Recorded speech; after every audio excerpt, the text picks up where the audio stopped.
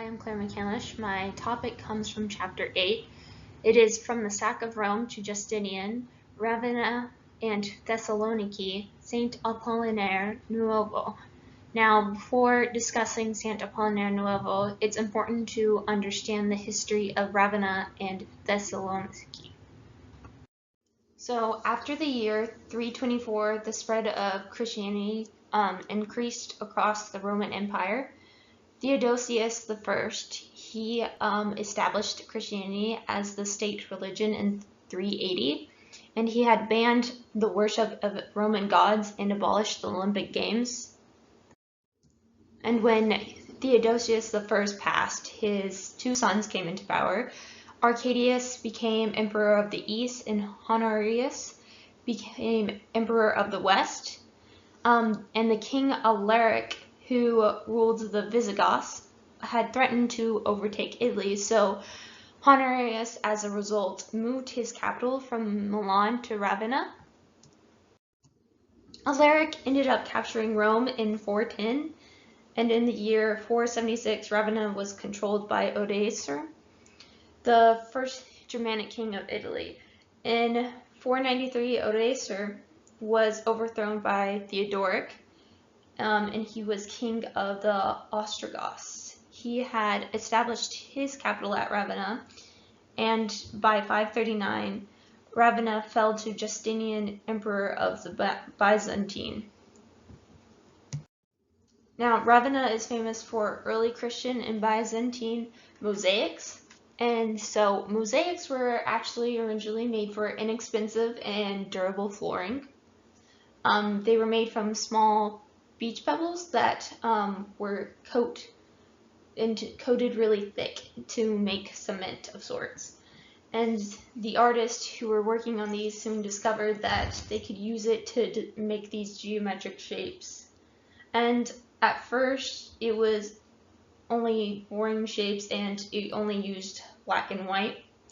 But by 4th century BCE, they were able to make it more elaborate and depict all these figures. And mosaics are typically used to decorate early Christian buildings.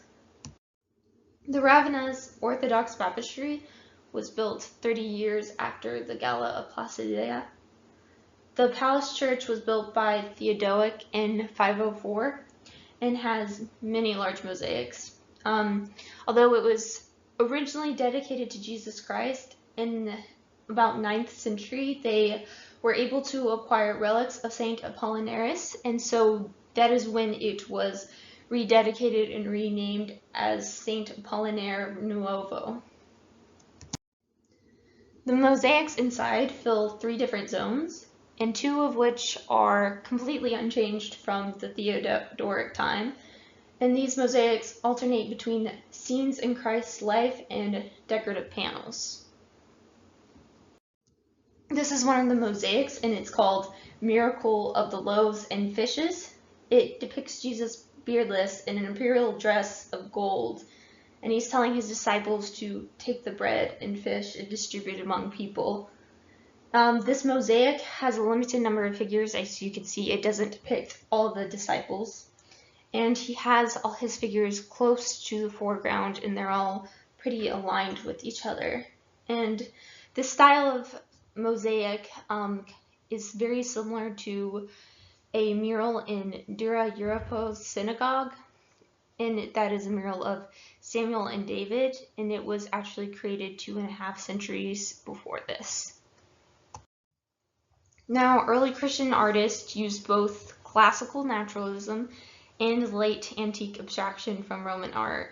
The Sant'Apollinare Nuovo differs from other mosaics because it has a golden background and it tends to focus on the spiritual being over the physical.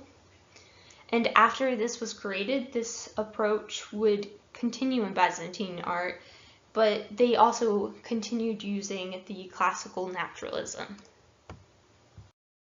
Overall, mosaics were used to decorate early Christian buildings, and in these mosaics they used 2 forms of Roman art, which are classical naturalism and late antique abstraction.